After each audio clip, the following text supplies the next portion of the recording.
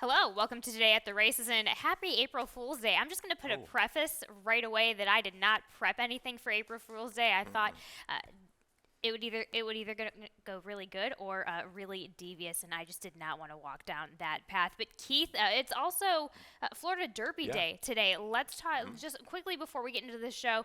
Give me a couple of your opinions. We, Mm-hmm. of course, Forte. Is set to essentially for this to be his race, but talk Mm-hmm. about some other prices that you might have in mind. Yeah, Forte looks awfully good. I know they talk about the shorter run into Mhm. that first turn at Gulfstream Park and the hindrances. But Forte to me just looks like if he can just settle back and he might be able to kind of even loop and Mhm. swoop, come from further back the runs that he's made. He looks awfully tough to beat. I'm looking at a couple horses maybe in prices towards the inside. Mage, the 4, gets off a little bit better. Might get a better run, clearer run. Not quite sure about the extra 16th of a mile and a bomb shot. The 6 Nautical Star going first time for Safi Joseph. I know he has the maiden special weight win under his belt, but I think the pace is going to be honest in here with Mage and Mr. Peaks just to the outside of that one. Maybe this horse at a price shot, maybe using your superfectas, but Forte, I think he'll show up again and make that run. I know you were talking a little bit about WNL that maybe just didn't like that Tampa surface. Yeah, a tough trip to Mm-hmm. add to that. So I could just see easily. We just kind of just touched on this, but Mm-hmm. Forte, I'm talking about horses that are running for second today. So Okay. WNL just being able to just track outside of Forte, and Forte will get to do whatever he wants as for a WNL can come from off of the pace. But interesting fact on Nautical Star, Dixie Chatter 8 for 40, 20% with his first time routers, and first in the barn for Safi Joseph, where Safi Joseph is 31% with a new horse in the barn and 22% Yeah. with his first time routers. So Mm-hmm. there we go, Florida Derby Day. But here we are Okay. in Maryland. So let's Mm-hmm. go ahead to these Maryland races where it's a bit of a wet day out Oh, there today, just like last week that we saw, Keith. yeah. So get prepared to handicap for horses that like this type of sloppy sealed track today. Yeah, and we had just like a more firm shower come through recently. That Hmm. track, just got really sloppy here in the last 15 minutes or so. Maybe we'll get a little bit better prices today. Yesterday was Yeah, was Chalk City, and Chalk City. my apologies to everybody if they took shady money. What we thought we might get 10 or 8 or 6 to 1 on that horse, from 7 to 1 with Hmm. a minute to post. 7 to 1, not 7 to 2. 7 to 1 to 6 to 5 in one just bang. I mean, I Here. don't know where it came from. The horse won like a 1 to 5 shot. Hmm. Had been 7 to 2 and beaten by the clear 4 to 5 favorite of Nessus the time before. Beaten by multiple other horses by multiple lengths. Hats off, you got the money. You didn't get as much as maybe you thought, but you got it. And yeah, good job. Shady money. That was some shady money It, d- on that it one. Aptly wasn't. named. It wasn't so shady. I'm Uh, gonna. I'm gonna tell you to be easy on yourself because, in my viewpoint, everybody. It's kind of like a race that has no speed, and then the gates open, and it turns out everybody's plan was to say, "Hey, there's no speed. Let's go ahead and send." So I think that's exactly what happened with shady money mhm. there. But there we go. Bit of a chalky day, of Okay. course. Last sloppy Saturday came up for some prices, and hopefully we've got some today to kick off the early pick 5 Mhm. in this claiming 16 for the girls, which have never won two, going 6 furlongs on the dirt. Let's just go right ahead and take a look at your top selection, Keith. Misty Mob. This was back. Excuse me. Holy Delight. Back on. Excuse me. Sorry, lost my place. Okay. This was back on March 12th. If we could take a look at that video, just Okay. going through that first 16th and then cutting it to the last quarter pole. Yeah, Holy Delight looks to be a little, forced out a little bit at the break, but is going to be able to recover and able to kind of clear well within herself in this first eighth of a mile, 3/16 of a mile, nursed along by the deadly rider here, Jamie Rodriguez, on a Hmm. roll right now. Your winner riding title winner, whatever you want Yes. to call it. But it's nursed right along, turns away a challenge here from the long shot and says, "See you later." So, I mean, Holy Boss, you're looking at the breeding. I mean, it should be fine, okay, for an off track here.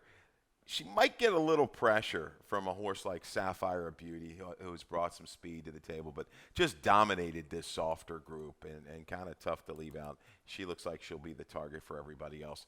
around that turn. She's got to go a little bit further. I take a shot with the 1, Misty Mob. I know this is like, maybe they kind of maybe try to win and move along with her. She showed a lot of talent early on, running against the likes of Divine Huntress. You see games like some pretty good fillies that have turned out to be okay. But last time out off the bigger break, she was hung about 4 or 5 wide every step and was settled back early. She wasn't really trying to put in the race. I think with this flow and everything today, if she's not within a couple lengths of Holy Delight mid-turn, I think we're in serious trouble. So I don't think she's going to have to work that hard. I like the fact that they got 4 works under her since that race. So we'll see. Not really a move, a grand motion type of move. I'm not in love with the opener. There's a few races that are very difficult for me to get through today. But I'll take a shot here.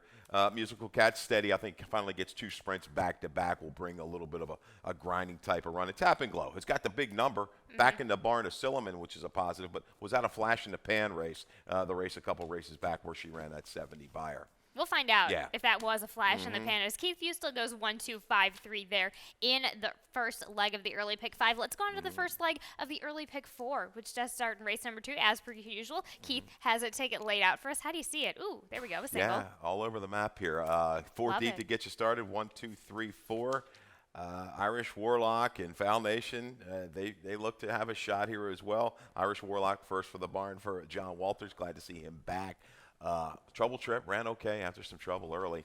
Maybe you want to add that one. I'm going to single Shackleford County. She's just rolling right along. I think she could be the favorite in there too. I might have whiffed there on the line. Race 4, 1, 2, 3, 4, 6. Real maze of a race in the 4th, and wrap it up with the 2 and the 8. They're out of that same race. We're going to show a video, $20 for that early pick 4. There we go. That starts not in race number 2 in this maiden claiming 12-5, going a 1-turn mile on the dirt for the 2-year-olds. Keith, you have the number 3 on top. I am the Mike for Carlos Mancia. Gets winter meet leading rider Jamie Rodriguez. Yeah, and that's the tell, a little bit of a tell for me. Nothing about Alvelo I like as a rider, but they kind of reach out and go fresh. This is the barn we've talked about. 24% the last 30 days with an ROI of 505. Keying up against Spectrier, who was, beating a few of these in here, was close enough, turning back to the 1-turn mile, gets position, and I think churns on. Not a love horse, but a used horse, definitely in exactas and tries. I'll kind of center around her. It looks to me like Distant Fire is the one to beat, to catch from the front end. A good, gritty try after a wide debut, was forcing the pace the whole way. Held on quite well. I think just going out on extra furlongs is not going to be a problem. No, not at all. So you also go with the number 1 underneath, that, Mr. Ripster on the rail for McGee. We're gonna get some improvement off of that. I think. I think the extended distance here, being back in the chute in that extended wire, is really gonna. This Violence colt is really gonna love. Gonna go first time gelding here today. That's a late change here from first time gelding for Mr. Ripster. Out of a race, Running River came out of there to run a 64. The only negative, Nick Kieran and company's done great off the claim. The one little hiccup they've had is with the maiden claimers, first off the claim. We'll see. This guy tried hard, though. Got in some trouble out of the gate, was well back, about 6-7 wide turning for him. I like the way that he churned on through the final 1/8 of a mile. I think the stretch out is warranted, and just a little leery of that stat, and you've got the dropper, Real Rambo here for Brittany Russell. Why not? Why not? Race number 2, Keith Fustel goes 3-4-1-2. Race number 3 in this claiming 8,000 for the girls, 3 years old and upward, going 6 furlongs on the dirt. Keith, you and I both have Shackleford County on the outside in the barn of Claudio Gonzalez, with Yomar Ortiz trying for another 4th win in a row. Man, just talk about a mare that loves Laurel Park, man. Yeah. She is rolling right along. I just think the turnback is going to be no issue. She's sharp right now. I think she's the type of horse that you can kind of put her just where you want. She wants to run. She wants to win. I think this is like a maybe slight step sideways, because she beat a good horse, Watch Her Tune, last time. Lady Jean's coming out of some good races as well. Beat a dropper in behind the couch, who's holding pretty good form for South. We got a video of the 2, Lady Jean, and I think she's going to have to maybe run into Shackleford. I know Shackleford County's coming off of that route, but I think she's still going to be sharp from this outer post and be able to put into it. But let's watch this race of Lady Jean going back on March the 5th. This is second off the claim, and just kind of that steady progression. Out about 4 wide and just keeps on coming. She works well. She's handled it off track. She's 2 for 8 on a wet surface with a second and a third. Her Buyer's comp like a mid 60. That's going to be something that works here today. I like that little surge there from the Yes. 360. Really responded when asked. So these two really close for me. Take out the one, right? Folk Hero in race 3. Tough to separate to me the 2 and the 7. Yep, absolutely. And then as consolation prizes, you have the 3 underneath First and Folly. Jonathan, the other Maldonado Yeah. runner gets Kevin Gomez. Today likes and is bred to like a wet dirt, but we have yet to really see it. Yeah. So I'm going to go ahead, especially in that recent form last time out. I'm going to go ahead and give this one a bit of another chance. Yeah, this is a thing where she might just find herself with too much to do. She's never sprinted.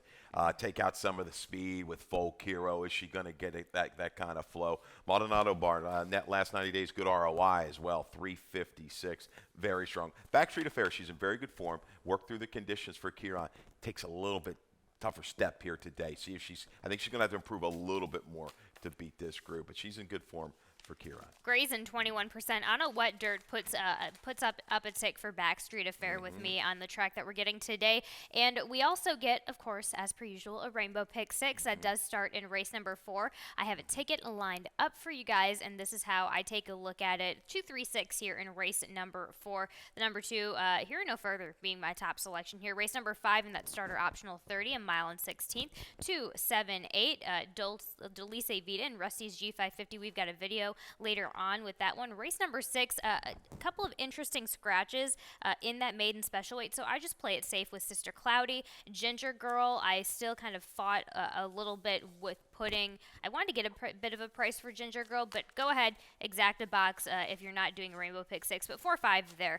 Race number 7 is where I find my single in my Juba. Was tempted to put Dulce Kiera, but I think the inside post she'll be okay with, but I just still think it's a little bit of a reach for her today. Race number 8, 1, 3, 7. I go with the 7, Dotada on the outside. A bit of an ask going this mile and 16th, but why not? And in race number 9, I go 5 and 6, the Great Gazoo and Love You Bye Bye for $21.60 ticket to get things going here for this Rainbow Pick 6, and it starts in race number 4 in this maiden 12-5, going 6 furlongs on the dirt for the 3, 4, and 5-year-olds. Keith, you have the number 6, Chasing Storms on top. Of course, Brittany Russell and Louis Rivera Jr. Pull-up effort last time out. Yeah, that's it. That's all I needed to say. Just go ahead and pull up. Ease comment. Always come back to these. Looked like he had no interest, Callie. When they left the gate, he just kind of got out of there and said, I really don't want to run today. Jock takes him back. We're going to jam. Forward works enough for me. So took a little play, not maybe as much as I thought that he would play. This is an all or nothing type. Just a little bit of a reach. I like Luta as a price play. Going to go first off the claim. Charles Elfrock, a jam job, but blinkers going on. This was a little bit green in debut, laying in when trying to advance past the 8th pole. Smaller sample, but the barn. 2 for 6 with maidens first off the claim with an ROI of 907 the last 3 years. Hit a home run there with pit stop man back last February at 19-1. Here and no further, looks like the one to beat. Again, dropping off the claim a little too much off the first ask. Coming back, this horse has the late punch that could really kind of get him over the top against this group. And that's exactly what I'm going off with that one. You also include the number 1 for Fun Supe for Jamie Ness and Jamie Rodriguez. Inheriting the rail. What do you make of the rail with this one? I think, he doesn't quite have sprinter speed. So I think last time, I used this horse last time. He just took the pressure. He wants to be maybe a closing, grinding kind of a sprinter. I think this will work. A couple horses will run away early, get position. He needs to get back to that race. Might even have to improve upon the 2-back sprint try. Keith Fusel goes 6-4-2-1 there in race number 4. Race number 5 is a starter optional. Claim you get 30,000 going a mile and 16th on the dirt for the 3-year-olds and up. Keith, let's go ahead and take a video at your top selection and your exacta box, essentially. Delice Vita and Rusty's G550 back from March 12th in that 7th race, and we're just getting right before this half-mile turn. Yeah, a couple horses. You see Rusty's G550. He's just up in there, prompting the pace. Delice Vita, and just has to ease back and then gets put to a drive. This horse has had some bad racing luck. He's had some really tough trips, but you know what? He shows heart. He's able to battle back. Delice Vita, another one I think is on the improve, battled, got the lead, and looks all done here. Freilich just might have tried to pull himself up again, right? He just, Right. this horse has done it now twice. I remember Callie opening up Mm-hmm. and hasn't gotten it done. But both of them run very gritty to the end. Delichvita, I think, switches over to the left lead, and you're going to see Rusty's G550 kind of dive down and get it done. Gritty efforts from both horses. Little advantage to the two, maybe with this inner post. Only one try on the wet track, not too good, but improving. This horse is taking steps forward, and I think his tactical speed is going to work to his advantage. These two could be kind of a team. Looks like Golden Gully could force that pace flow, being fresh with Concepcion, but I'll use these two center around them. Other than that, Semper Fi, we'll see if he can go be a two-turn type of horse. Took advantage of a closer's racetrack last time at the one turn going out to a mile, but you can't deny the type of form that he's in right now. And that's exactly what I'm going off of. I am just taking that shot. It's a bit of a wide trip. This horse is winless on a wet dirt. I understand all of that.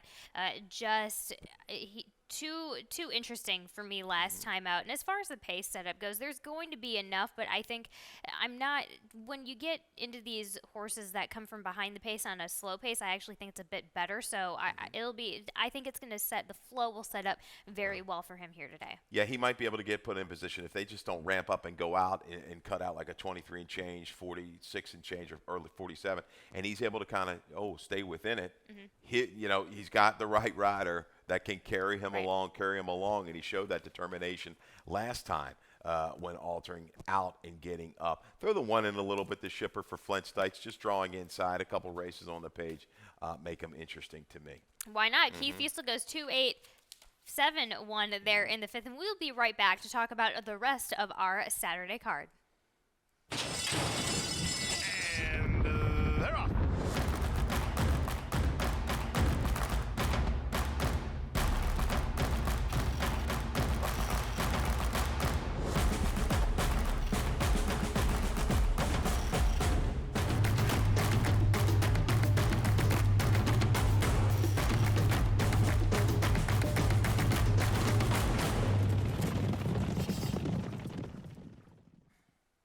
Welcome back, and we're going to kick things back off in this maiden special weight effort here in the sixth race. 7 furlongs on the dirt for the straight 3-year-old filly. Scratch in the number 2, Dynamism, and Scratch in the number 9, She Got the Money. Keith, you land on the number 5. I originally had the number 5 on top, but Ginger Girl, Joanne Schenkel, Thais Pustina, going from that 5.5 to the 7 should be no problem for this one today. Yeah, and Hyde right away is kind of a key in this race. Stepped up, ran well, 6 the hard way, another winner out of that. So not a terrible reach, catches the right kind, and I like the way this horse finished last time. She kind of got off a little bit awkward, 3-4 wide around the turn, but came with a good run late. I think the extra ground is just going to be fine for Ginger Girl. It's a little bit of a tricky race to read. I like the 9. Unfortunately, we're going to have to wait another day for She Got the Money. That Munnings breeding on and off track. I like. Run Around Slew ran real big against that really good first or Good Girl Bad Habits from the Brittany Russell barn. Broke well into position. She did have blinkers last time. She's going to have blinkers today. That's our whiff right there. But stayed on quite well. And that inside part of the racetrack, not the best part on the 10th. So that's even a little bit better. See if she can kind of come back. This was a Texas spread, right, for Susan Cooney. Yeah, this is an interesting race. So I just go with the breeding might help with this one in my top selection. Sister Cloudy, Yeah. I have to believe you can. 2 for 7. Seven half siblings, right? Only 2 of them have won first time out. 6 of them have won second in that second start. Wow.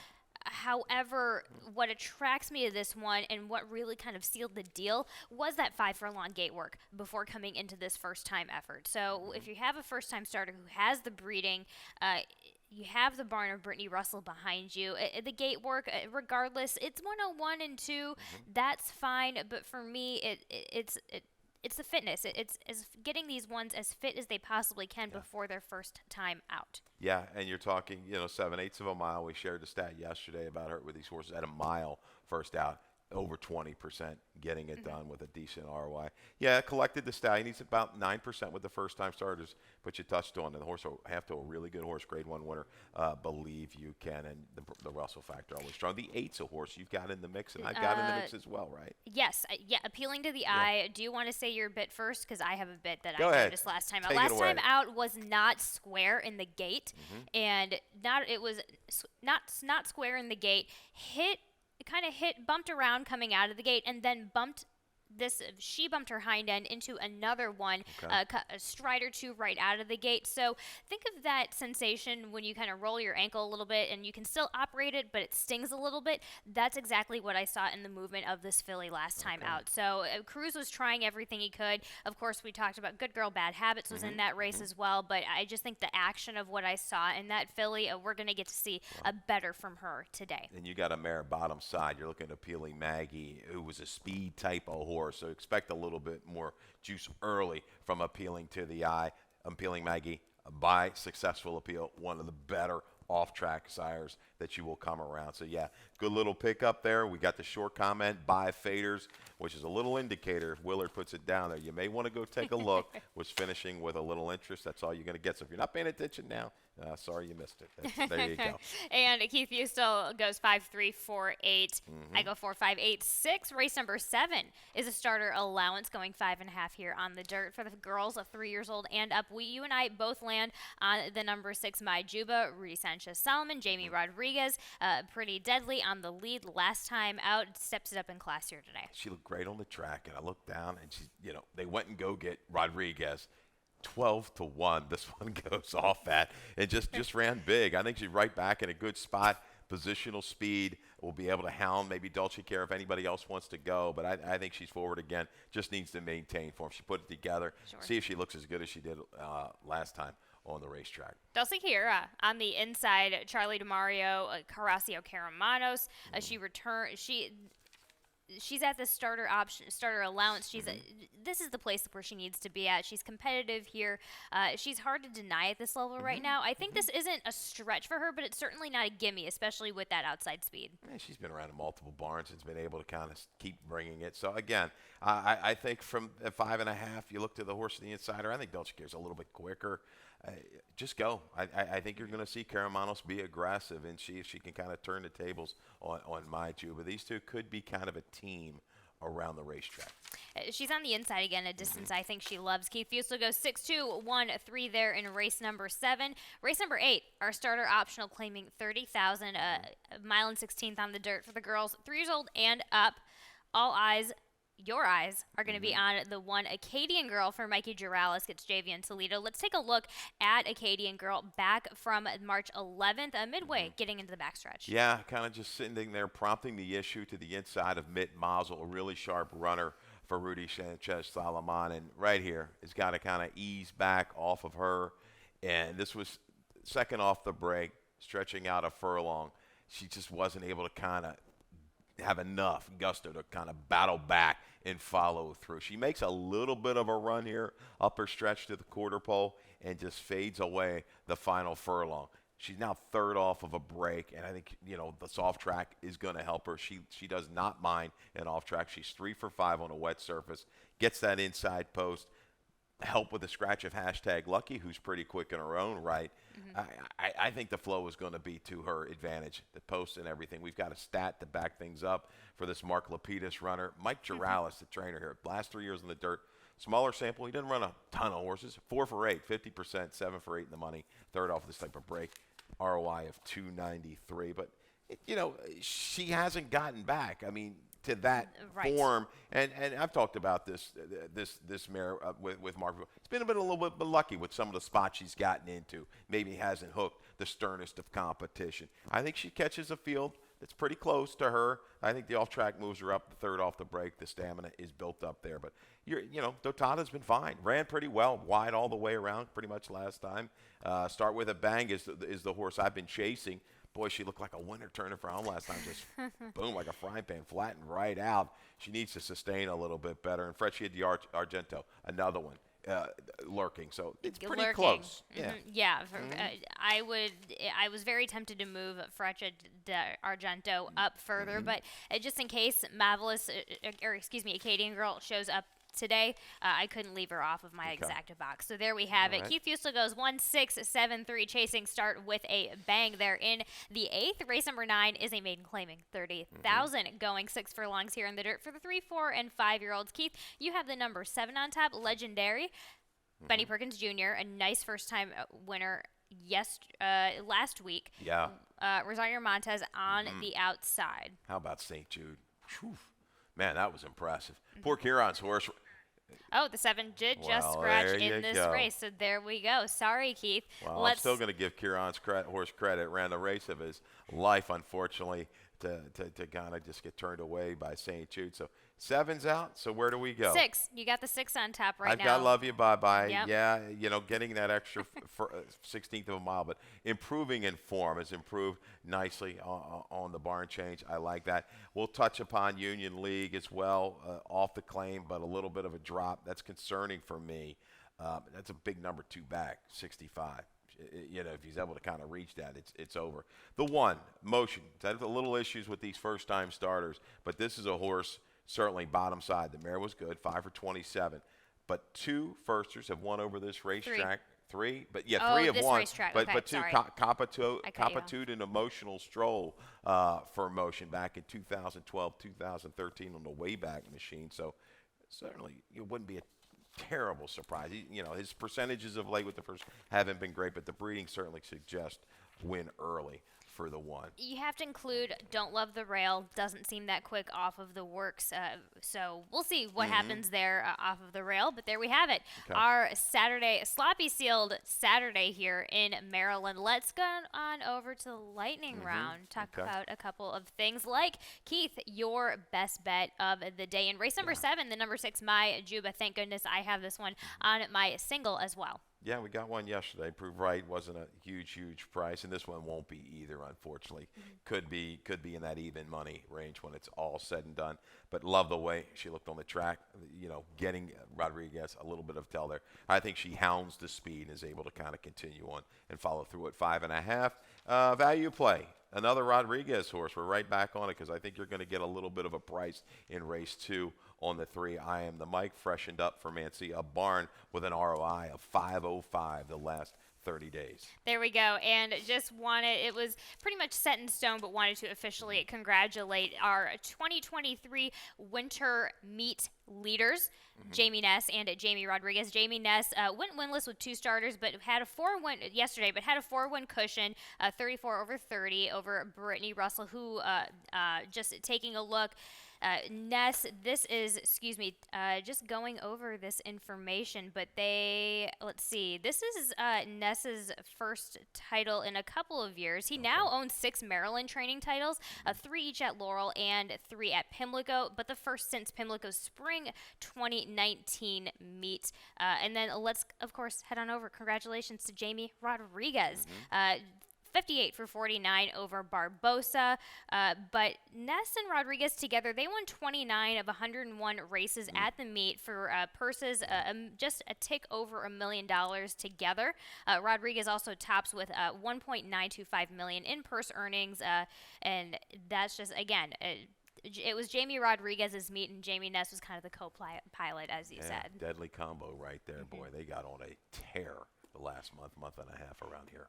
We'll see what the rest of 2023 brings for those connections, but congratulations to those winners and all who have participated. And we will head on over to Dave Rodman for some more changes and scratches. All right, good luck.